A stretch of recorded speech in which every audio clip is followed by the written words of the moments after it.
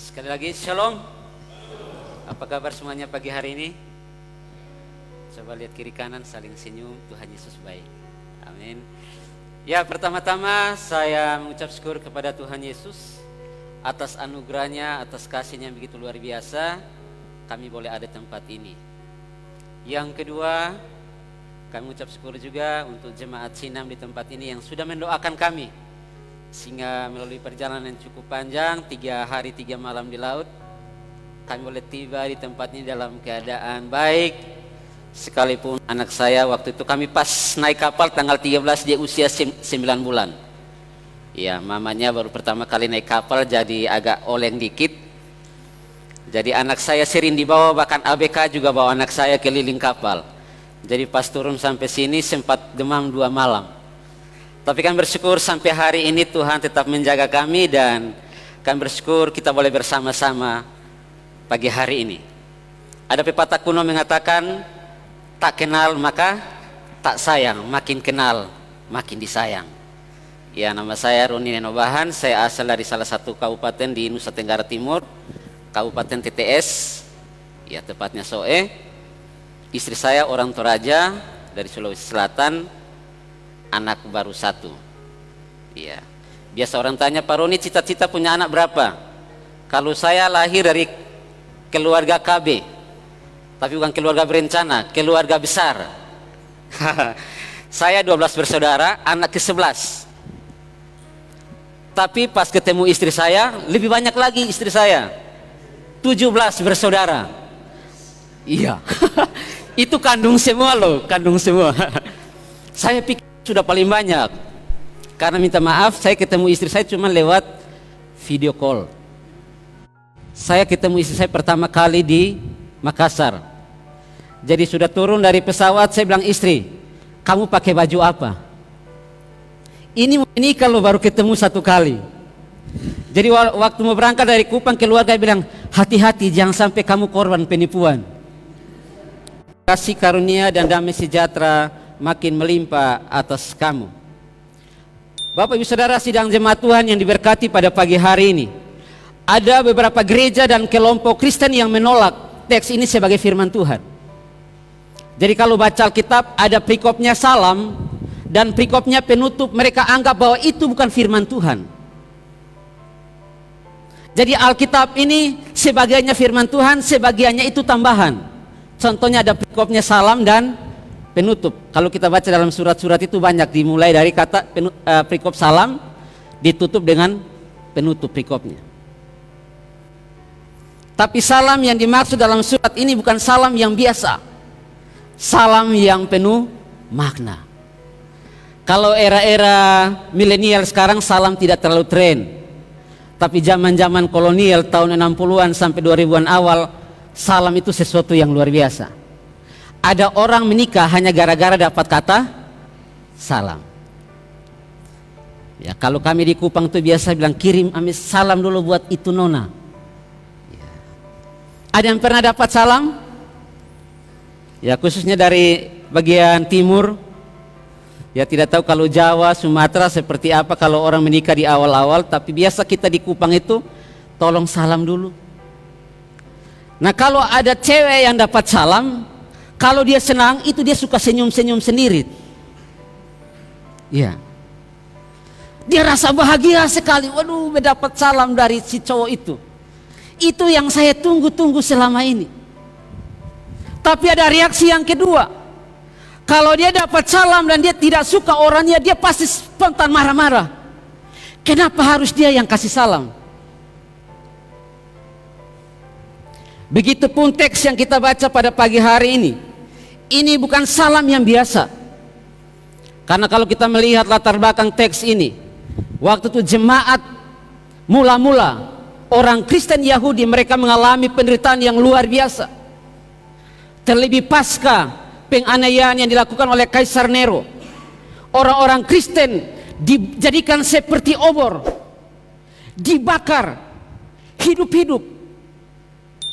Sehingga orang Kristen pada waktu itu, dari khususnya dari kalangan Yahudi, mereka menganggap bahwa orang-orang Yahudi yang sudah jadi Kristen, betapa malangnya hidup mereka, betapa malangnya nasib mereka. Sehingga Petrus mengirim surat ini untuk menguatkan mereka. Sehingga tema hari ini saya kasih, saya adalah orang yang paling beruntung. Amin. Coba sama-sama katakan, saya adalah orang yang paling beruntung. 1, 2, 3. Amin. Kalau ngomong tentang keuntungan, semua orang pasti maunya untung. Kalau ada di sini kalau mau buka usaha maunya rugi terus? Ada? Ya, pasti kita rindu kita mendapat keuntungan dalam segala aspek. Semua orang senangnya untung, tidak mau rugi dalam bentuk apapun.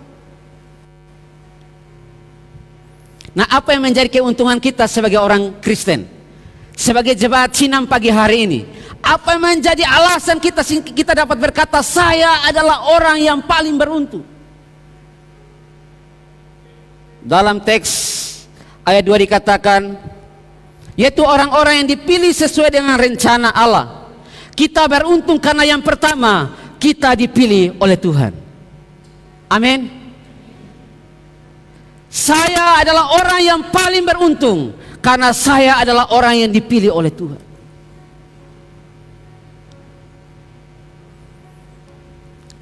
Hampir 20 juta jiwa Kristen yang ada di Indonesia. Pernahkah Bapak Mama duduk merenung, kenapa saya jadi orang Kristen?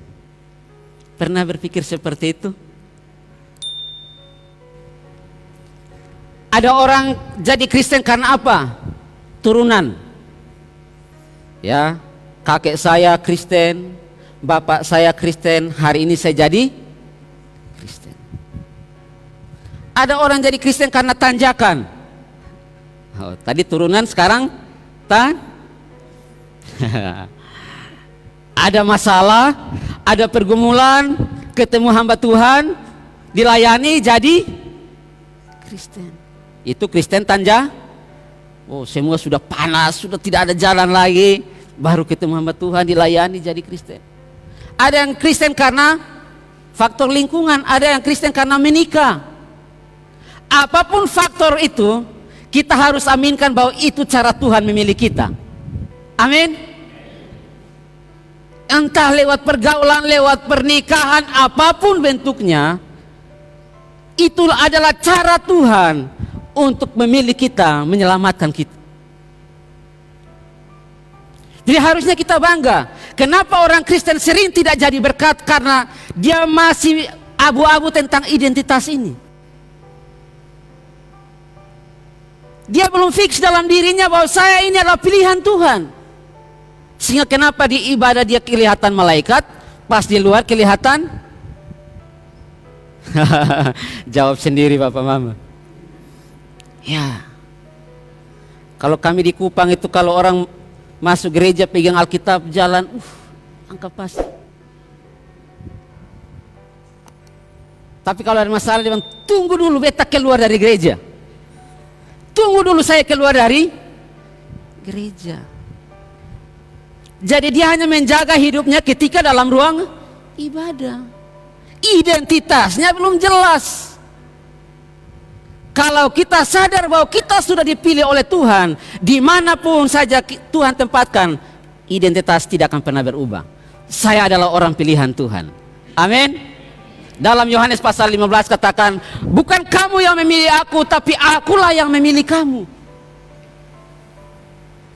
Kalau manusia memilih kan pilih yang bagus, ya. Kalau jemaat Tuhan di tempat ini pilih hamba Tuhan untuk rintis di Tabanan, harusnya pilih yang bagus. Jangan seperti saya yang kecil-kecil. Ya toh? Ya. Saya pernah diutus ke Kalimantan pelayanan, orang bawa koper saya duluan. Jemaat sama majelis tunggu. Oh, ini hamba Tuhan dari Jakarta. Jadi bayangan mereka pasti tinggi, besar, gagah. Pas turun dari speed, orangnya imut-imut. Orang bilang, oh ini toh hamba Tuhannya. Tapi pas sudah pelayanan baru mereka, oh ya ternyata ya. Bisa cabai yang pedas itu kecil apa besar? Ya bercanda ya. Tapi kita harus sadar bahwa kita dipilih oleh Tuhan. Dalam Yohanes pasal 6 dikatakan, Tidak ada seorang pun yang datang kepada Bapa tanpa dikaruniakan oleh Bapa. Jadi kita ada siang hari ini, pagi hari ini dalam jemaat ini bukanlah kebetulan. Amin. Tapi kita sudah dalam rencana Tuhan, ada sudah dalam rancangan Tuhan. Sehingga kita menjadi umat yang dipilih, ditebus, diselamatkan oleh Tuhan. Bapak Mama ada di sini yang pernah ditolak dalam ibadah, disuruh pulang ketika mau datang ibadah? Ada yang pernah alami? Saya pernah alami Bapak Mama. Sebelum saya jadi hamba Tuhan, saya jadi kenek angkot. Kami di Kupang bilang konjak. Saya rambutnya panjang, pakai anting, celana zaman-zaman itu celana yang kakinya besar, lebar. Suatu saat saya suka sama satu cewek, ternyata cewek ini anggota persekutuan doa. Saya punya teman bilang, kalau kamu mau dekatin dia harus ikut persekutuan doa. Ini konjak yang setiap hari mabuk, tampang gondrong, pakai anting-anting di hidung, di telinga, ikut persekutuan doa. Pertemuan pertama setiap hari Rabu, Rabu pertama saya datang lolos, saya ikut ibadah. Wah, waktu ibadah kan kita dalam ruangan lingkar ditikar. Saya tidak fokus lagi, aduh ini cewek, aduh jantung saya sudah mulai. Terus teman saya bilang, kamu ikut saja, lama-lama pasti ini cewek suka. Pertemuan kedua saya datang lagi Rabu depan. Tapi Bapak Mama ketika Rabu kedua saya datang, ternyata sudah ada 2 kelompok yang berbaris di depan ruangan persekutuan doa. Penjaga di sana namanya penjaga kaki Dian yang punya rumah, punya mesbah. Dia sedang memilih 2 kelompok. Kelompok kambing dan kelompok domba. Bapak Mama bisa bayangkan, saya tampang seperti itu, saya akan dipilih dalam kelompok yang mana? Otomatis saya terpilih dalam kelompok kambing. Ya. Dan singkat cerita, habis pemilihan itu, yang kelompok kambing disuruh untuk kembali ke rumah masing-masing. Tidak boleh masuk dalam ruangan ibadah. Dan waktu saya pulang, teman-teman saya yang lagi nongkrong, supir-supir, kenek-kenek, "Oh, Roni, cepat pulang. Ibadah apa kok cepat pulang?" Saya bilang, karena saya terpilih kelompok kambing, saya disuruh pulang cepat. 2009 setelah saya dibentuk dalam lembaga teologi, saya pulang untuk doa syukuran sama orang tua. Kakak saya ajak, mari kita pergi berdoa ke seorang hamba Tuhan. Saya ikut. Dan waktu masuk halaman rumah ini, saya langsung ingat, kayaknya ini rumah tidak asing bagi saya. Dan ternyata betul, ibu yang punya rumah adalah ibu yang pernah mengusir saya pulang karena saya kategorikan kelompok kambing. Jadi waktu lagi disajikan kopi, kita mau minum, dia bilang, silakan minum kakak. Saya bilang, minta maaf ibu, sebelum saya minum kopi, apakah ibu kenal saya? Dia bilang, aduh minta maaf kakak, banyak orang yang keluar masuk rumah ini, jadi saya sudah lupa. Saya bilang, ibu, saya adalah orang yang pernah disuruh pulang oleh ibu karena dianggap sebagai kelompok kambing. Karena dari tampilan fisik saya tidak layak untuk ikut persekutuan doa di tempat ibu. Langsung ibu ini menangis. Dia menangis seperti dipukul. Lalu dia bilang, kakak minta maaf. Habis itu minum kopi, dia bilang, kakak tolong doakan saya. Bapak Mama, sekalipun dunia berusaha untuk membatalkan pilihan Tuhan atas hidup kita, itu tidak bisa. Apa yang sudah Tuhan tetapkan dalam hidup kita pasti akan terjadi. Amin. Karena dunia memilih karena fisik, tapi Tuhan memilih karena rancangannya atas hidup kita. Jauh sebelum Tuhan sudah menetapkan kita untuk menjadi anak-anak yang disayang oleh Tuhan. Dan ketika kita sadar bahwa kita dipilih oleh Tuhan, ini akan berdampak sampai kehidupan kita hari lepas hari, bahkan sampai dalam praktek hidup kita dalam rumah tangga. Kalau kita sadar bahwa istri adalah pilihan Tuhan bagi kita, pasti kita tidak akan berani menyakitinya. Amin. Ya, yang suami-suami, bapak-bapak, amin. Kalau istri sadar bahwa suami adalah pilihan Tuhan bagi saya, maka istri juga pasti akan berusaha menjadi penolong yang baik bagi suami. Amin. Ya. Kok amin sedikit? Iya. Bapak Mama, saya tidak tahu di Bali, tapi kalau kami di Kupang itu hampir sering masalah rumah tangga itu paling sering. Ya, ada bikin ring tinju kecil-kecilan dalam rumah. Ya. Istri ikut doa, terlambat pulang, suami sudah tunggu. Baru salam langsung kena hajar. Ya. Istri pulang pelayanan, kalau ada bunga rumput nempel di rok, sudah curiga. Pasti dia sudah belok kemana-mana. Ya. Tapi ketika orang Kristen sadar betul bahwa dia ada, rumah tangganya ada oleh karena ditetapkan oleh Tuhan, maka dia pasti tidak akan buat yang aneh-aneh. Ya. Dia akan mengucap syukur bahwa saya berterima kasih untuk suami saya, untuk istri saya, untuk anak-anak saya. Karena semua yang saya alami, saya miliki hari ini, itu sudah ditetapkan oleh Bapa di surga.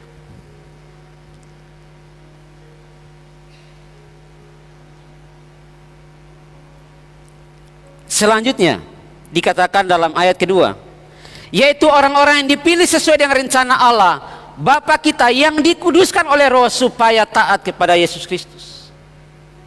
Yang kedua, kita beruntung karena apa? Kita disucikan, dikuduskan oleh Tuhan. Amin. Kata disucikan bukan hanya sekedar dikuduskan, tapi dipisahkan. Menjadi orang-orang yang spesial di hadapan Tuhan. Menjadi orang-orang yang berharga di mata Tuhan. Menjadi biji mata Tuhan. Dan sangat diperhatikan oleh Tuhan. Amin. Bapak Mama, kalau kita mau usaha untuk melakukan kebenaran sesuai dengan kekuatan kita, kita tidak mampu. Karena Yohanes pasal 15 ayat 6 dikatakan bahwa di luar aku kamu tidak dapat berbuat apa-apa. Amin.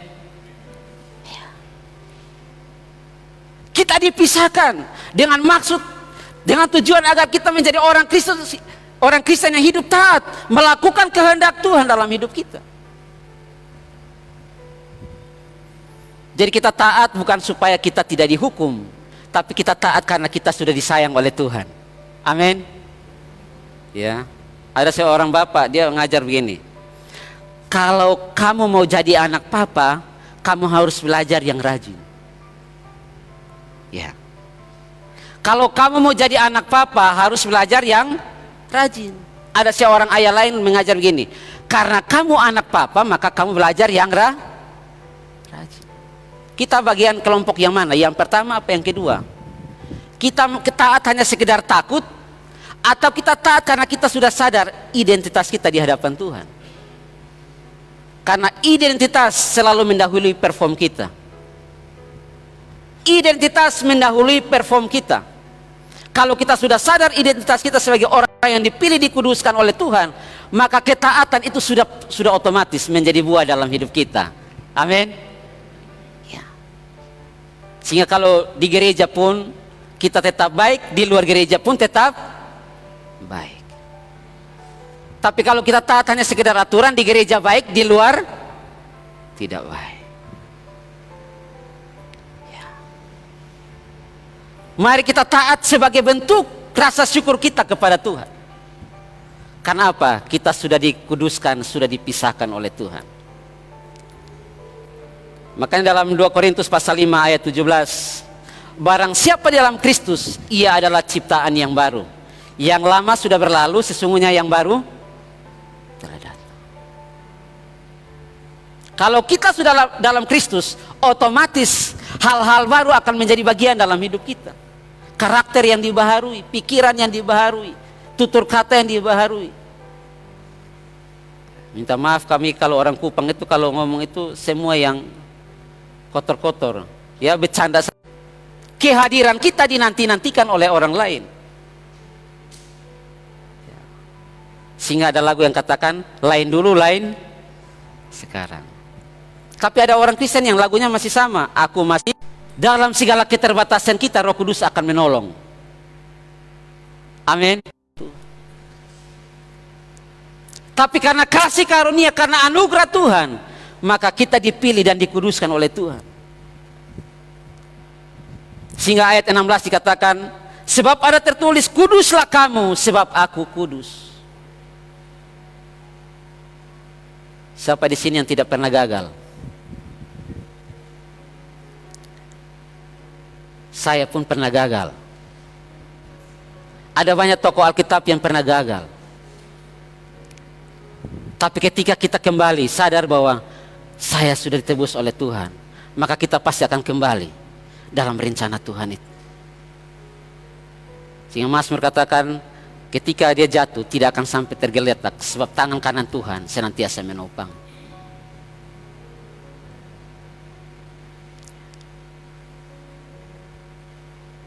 Ada seorang ibu di Kupang, pernah aja hampir jam 12 dia telepon saya. Kakak, bisa kau doakan saya punya suami untuk meninggal? Bayangkan. Tolong doakan, dipakai bahasa Kupang, tolong doakan beta pu suami supaya kalau bisa malam ini dia meninggal. Biasa kalau orang telepon jam 12 malam itu kan pasti panggilan darurat.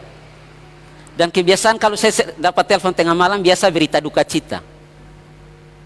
Biasa isi bilang, ambil siapa tahu ada berita duka atau apa, atau penting. Ibu ini telepon hampir jam 12 malam hanya bilang, tolong doakan supaya suami saya meninggal. Kenapa? Aduh, tidak tahan lagi. Dia aman ketika dia keluar, dia kan orang sopir.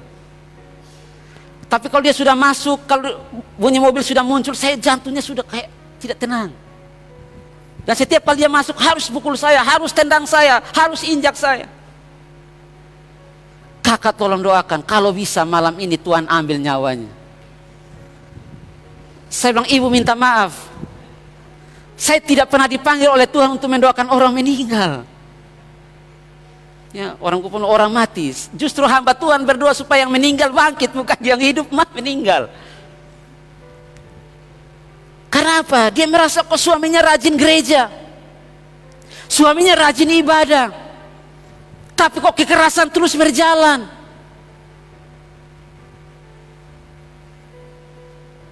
Di sini ada, coba lihat kiri kanan. Tidak ada ya. Di sini wajah-wajah penuh kemuliaan semua. Wah, luar biasa. Tepuk tangan untuk Tuhan. Akhirnya saya bilang, ibu kita doakan supaya Tuhan melawat suami. Dan saya juga berdoa supaya ibu dikuatkan supaya terus jadi terang bagi suami. Jangan pernah berdoa untuk suami meninggal, jangan. Akhirnya kemarin saya kunjungan terakhir, suaminya sudah di penjara. Dia bilang, kakak puji Tuhan suami di penjara. Yang tadinya meninggal tidak jadi masuk penjara, ya puji Tuhan lah. Tapi dia bilang puji Tuhan karena apa? Di penjara suaminya makin berubah. Dan saya bilang ibu itu tetap berdoa supaya dia keluar. Dia benar-benar seperti yang ibu lihat di penjara. Karena waktu dia di penjara tuh setiap kali istrinya datang kunjungan, salam, apa kabar? Anak-anak bagaimana? Dulu tidak pernah.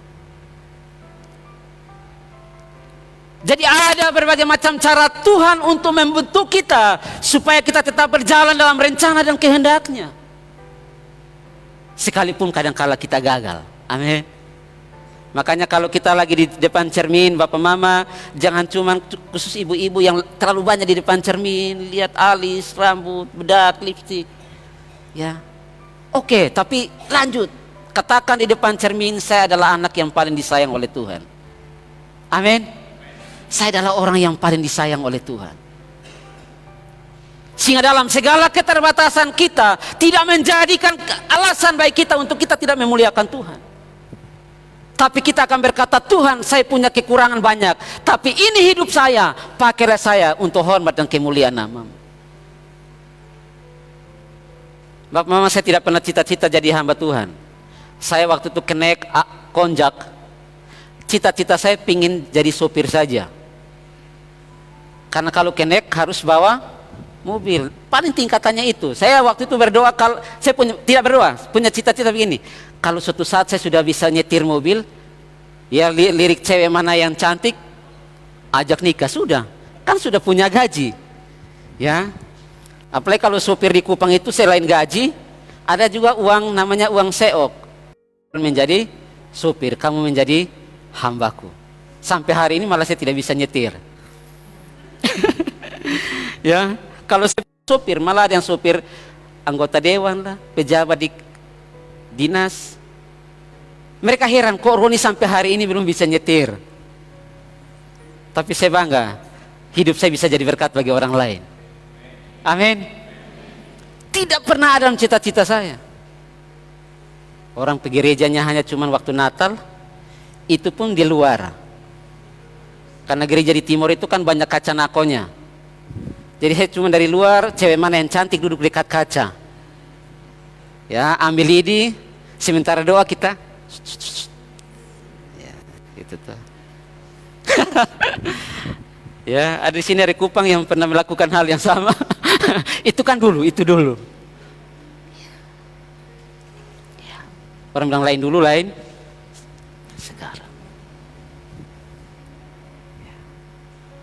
Kita dikuduskan, dipisahkan untuk tujuan tertentu, untuk menjadi orang Kristen yang taat kepada Tuhan, melakukan kehendak Tuhan, melakukan rencana Tuhan dalam hidup kita, menaati panggilan Tuhan atas hidup kita.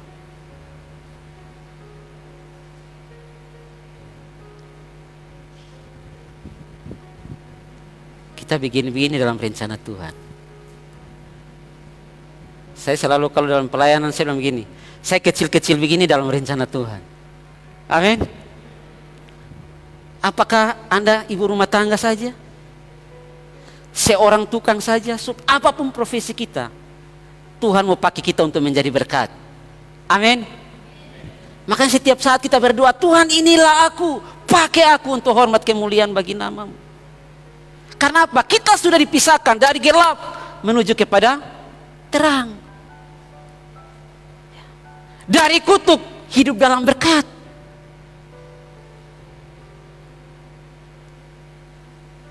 Ayat 10 dalam pasal 2 dikatakan, kamu yang dahulu bukan umat Allah, tetapi yang sekarang telah menjadi umatnya, yang dahulu tidak dikasihani, tetapi yang sekarang telah beroleh belas kasihan.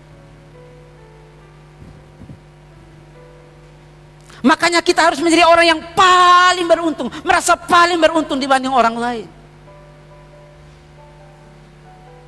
Ada orang bilang, aduh Roni sayang masih muda-muda sudah melayani Tuhan. Orang kayak kita dong, nikmati masa muda dulu. Ya, masa muda cuma sekali. Tapi saya bersyukur sejak masa muda Tuhan sudah panggil untuk melayani Tuhan. Amin. Jangan bilang sudah terlambat. Yang sudah lanjut usia 40 tahun ke atas juga tetap semangat, ya. Walaupun umur di atas tapi semangatnya semangat anak muda dong. Tetap berkobar-kobar untuk memberitakan Injil. Saya kemarin baru sampai Tabanan, saya coba jalan-jalan, ya. Jalan kaki siang-siang keluar tetangga. Setiap ketemu orang, halo Pak, halo Ibu. Saya bilang, ini saya mau pendekatan seperti apa? Saya orang Kupang pertama kali baru injak Bali ini. Saya belum tahu orang Bali karakternya seperti apa. Tapi saya coba memulai. Saya selalu berdoa, sepanjang jalan saya berdoa, Tuhan pakai saya supaya paling tidak lewat senyum saja orang lain senang. Bawa anak saya keluar, oh mereka gemas dengan anaknya. Aduh anaknya, aduh jangan sampai salah cubit bapaknya lagi. Gemas, oh bapaknya, aduh bapaknya. Tidak ya, kepada anaknya. Dalam hal-hal yang sederhana saja Bapak Mama. Intinya dimanapun kita melangkah, kita mengucap syukur. Saya anak yang paling disayang oleh Tuhan. Saya anak yang sudah dipilih oleh Tuhan. Saya anak yang sudah diselamatkan oleh Tuhan. Dan kita akan menjadi jemaat Sinam yang semakin kuat di hadapan Tuhan. Amin. Karena status kita, identitas kita jelas. Dimanapun, dalam kondisi apapun, kita akan tetap bertahan. Karena kita tahu, kitalah orang-orang yang percaya kepada Tuhan. Sama seperti Sadrak, Mesak dan Abednego. Ketika ditantang, dia katakan sekalipun ya, kala kami tidak menolong, kami tidak akan pernah menyembah Tuanku ya Raja. Tidak akan pernah. Karena apa? Iman mereka. Mereka sudah sadar bahwa posisi mereka adalah orang-orang yang ada dalam genggaman tangan Tuhan yang kuat.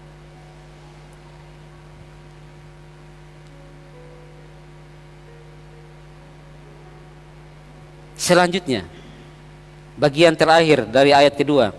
Kiranya kasih karunia dan damai sejahtera makin melimpah atas kamu. Ini berkat yang sempurna yang kita dapat dari Tuhan.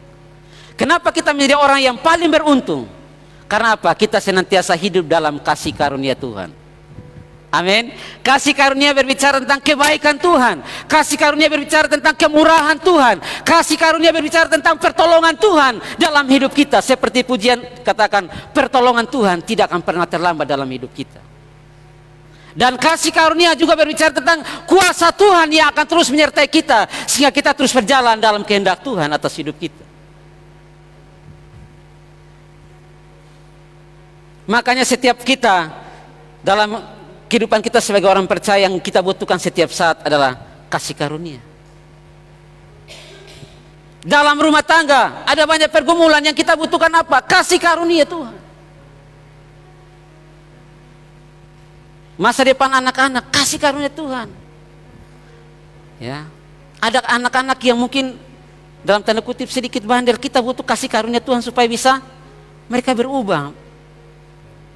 Bukan kita butuh penasehat, oh harus pakai panggil ini, tidak.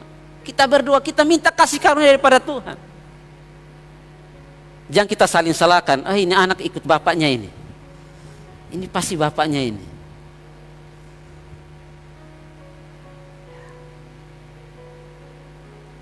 Kalau dulu saya dalam rumah tangga itu, orang tua bapak saya itu selalu panggil, saya tidak pernah panggil nama. Saya pernah suatu hari saya tanya bapak saya, kenapa bapak kasih nama saya panjang? Kan nama saya bilang Rodanis Ofir Herman Nenobahan. Panjang. Tapi yang anehnya dalam rumah bapak tidak pernah panggil nama. Bapak panggil saya cuman Keong. Ya, orang Kupang itu didikannya keras. Saya buat apa bapak kasih saya nama panjang tapi tidak pernah panggil nama? Ya, nama panggilan saya di keluarga itu Roni. Kalau panggilan sayang lagi namanya Bai. Tapi bapak saya setiap saat ketemu saya itu kayaknya musuh bebuyutan. Jadi panggil saya itu selalu Keong.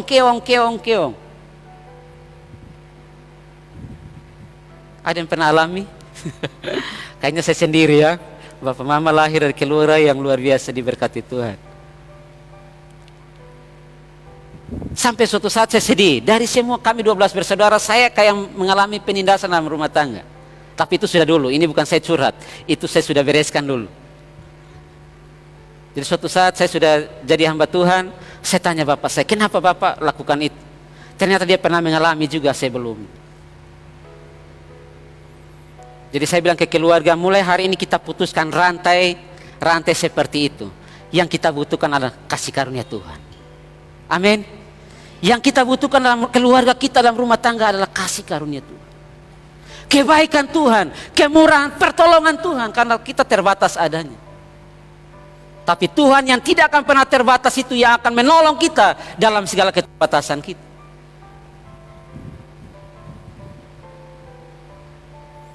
Dan dikatakan damai sejahtera makin melimpah atas kamu.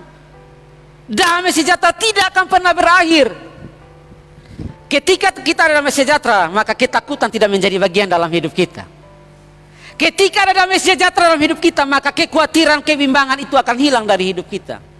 Tapi ketika damai sejahtera hilang dari hidup kita, maka ketakutan demi ketakutan yang akan menjadi bagian dalam hidup kita. Dimanapun kita takut. Masa depan rumah tangga seperti apa kita takut, masa depan anak-anak seperti apa kita takut. Coba kita buka Yesaya pasal 41 ayat 10. Kita baca sama-sama.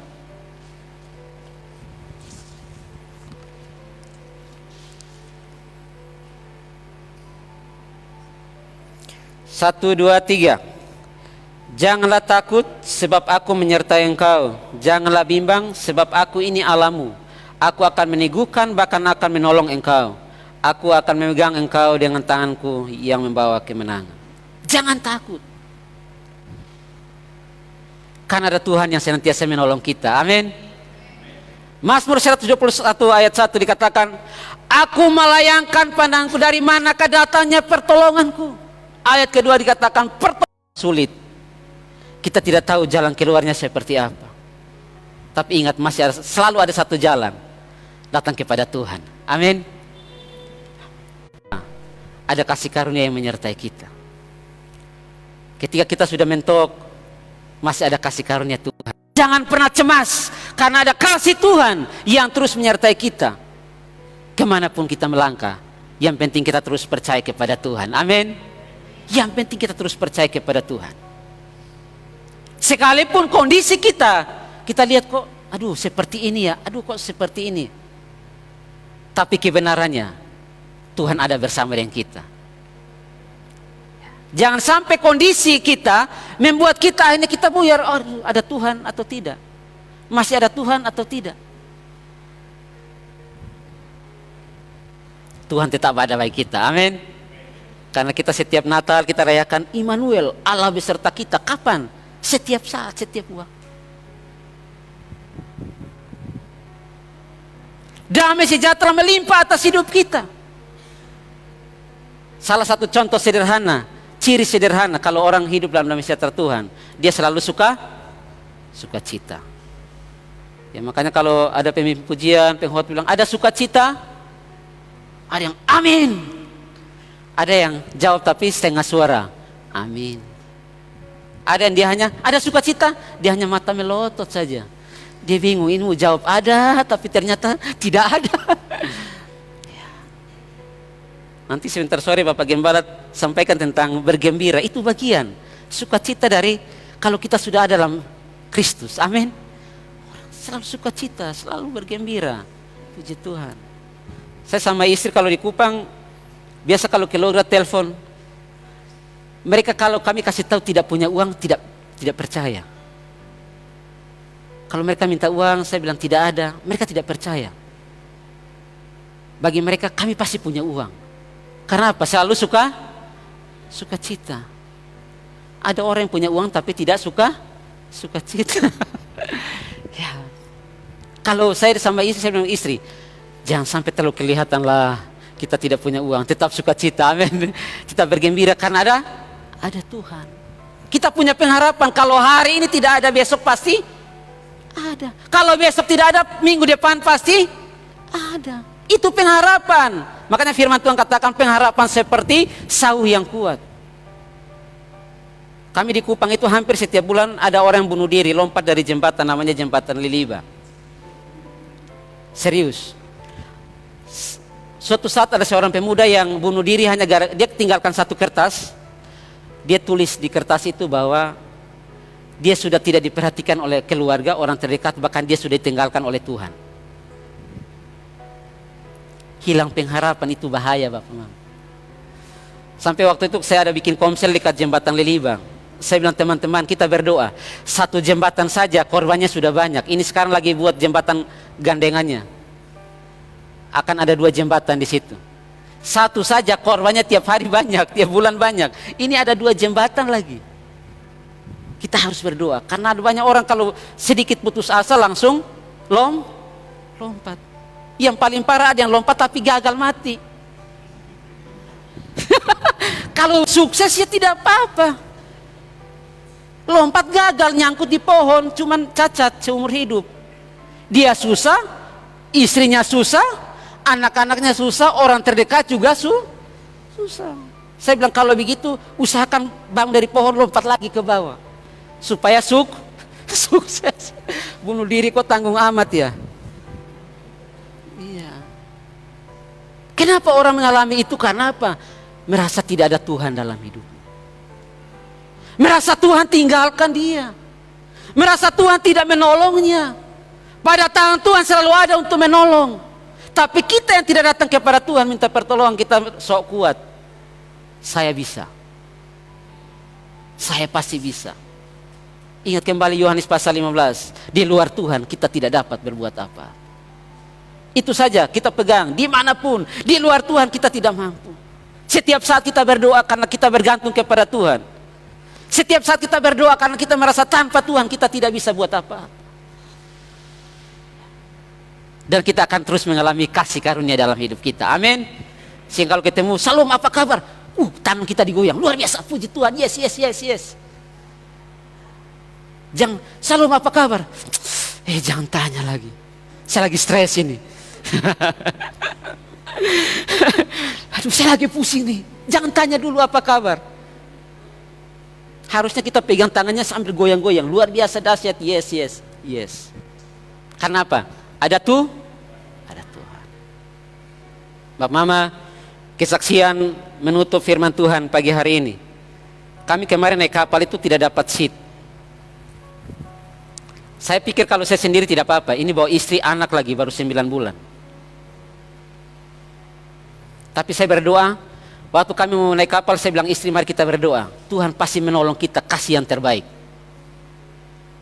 Kami di dek 4, pas depan pantry.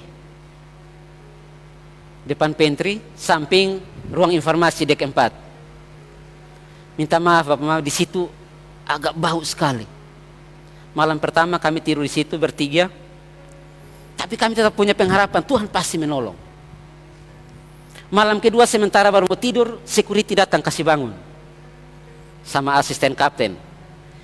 Pak, tolong bangunin ibu sama anaknya pindah ke ruang salon, di sana ada AC. Tapi khusus ibu sama si bayi ya, sebenarnya tidak apa-apa. Yang penting ibu sama bayinya aman. Saya di mana saja, mau di tangga aman. Akhirnya kami langsung pindah malam kedua itu di salon, ruangannya bagus, full AC. Dan anak saya Evan ini paling senang kalau ruangan dingin. Dia tidur sampai ngorok kayak orang dewasa. Dan berkatnya buat saya di depan pantry itu, waktu setiap jam makan mau bungkus makan, saya ikut bantu bungkusin makan. Dan habis bungkus makan, saya selalu menjadi orang pertama yang ambil makan. Karena orang-orang di situ, Pak ambil duluan saja, ambil sebanyak mungkin. Wow, kan luar biasa toh. Kan makanan di kapal kan sedikit. Pak ambil saja sebanyak mungkin. Kan saya harusnya ambilnya 3, 2 untuk orang dewasa, 1 bayi disediakan bubur 1 mangkok kecil. Kalau ambil minuman, ada susu, ada jus, selalu bilang Pak ambil yang sebanyak mungkin saja. Hanya karena saya ikut bantuin setiap jam makan, saya ikut bungkusin makanan buat penumpang yang kurang lebih 1.200 orang.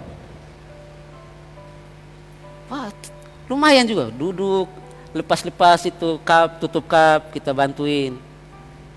Tapi itulah cara Tuhan menolong kami. Akhirnya pas mau turun di Bali, semua petugas datang, Pak mau turun ya, aduh kalau bisa kita sambung perjalanan deh. Hah, tujuan mana terakhir? Kalimantan. Masa saya harus ikut Kalimantan hanya untuk bungkus makanan? Tapi itu ternyata sudah jadi berkat bagi mereka Bapak Mama. Dan saya sudah mau turun baru mereka tahu ternyata saya hamba Tuhan. Iya. Ternyata Bapak pelayanan ya? Iya. Jadi mereka pikir yang selama saya bungkus nasi itu pasti ini anak pasti mau ke Bali nggak jelas ini. Dan kesaksian terakhir itulah membuat mereka merasa terberkati. Pak kalau bisa kita lanjut ke Kumai Pak. Tawaran kedua terakhir, Pak ambil makanan, ambil saja sebanyaknya untuk bawa turun. Padahal kita baru habis makan ini, baru kapal sandar. Disuruh lagi untuk ambil. Sebenarnya cukup. Kita juga jangan terlalu inilah. Karena disuruh bungkus. Ya. Biasa orang Kupang kan bilang agak rakus sedikit ya. Tapi saya rem, jangan. Ini sudah jadi kesaksian, jangan sampai saya rusak kesaksian ini lagi. Gara-gara saya ambil sebanyak mungkin. Ya, tapi pertolongan itu selalu luar biasa. Dan waktu kami turun saya bilang istri, itulah cara Tuhan menolong. Kalau kita melangkah bersama Tuhan, semua itu akan indah, semua itu akan baik. Ya, yang penting masalah hati kita, percaya atau tidak. Amin. Percaya atau tidak, pertolongan Tuhan, pengharapan Tuhan luar biasa bagi hidup kita. Amin. Kiranya firman Tuhan memberkati kita pada kesempatan pagi hari ini. Saya terbatas menguraikannya, tapi satu kerinduan saya, satu doa saya. Roh Kudus menolong Bapak Mama untuk menerjemahkan firman Tuhan ini sesuai dengan kerinduan hati Bapak Mama, sesuai dengan kebutuhan. Sehingga dimanapun kita berada, kita menjadi jemaat Sinam yang kuat, karena kita sudah punya identitas yang jelas. Saya adalah orang yang paling beruntung karena saya sudah dipilih oleh Tuhan. Saya adalah orang yang paling beruntung karena saya sudah dikasihi Tuhan, dikuduskan Tuhan, dipisahkan oleh Tuhan. Dan yang ketiga, saya adalah orang yang paling beruntung karena senantiasa hidup dalam kasih karunia, berkat penyertaan dan pertolongan daripada Tuhan. Saya undang kita bangkit berdiri semua.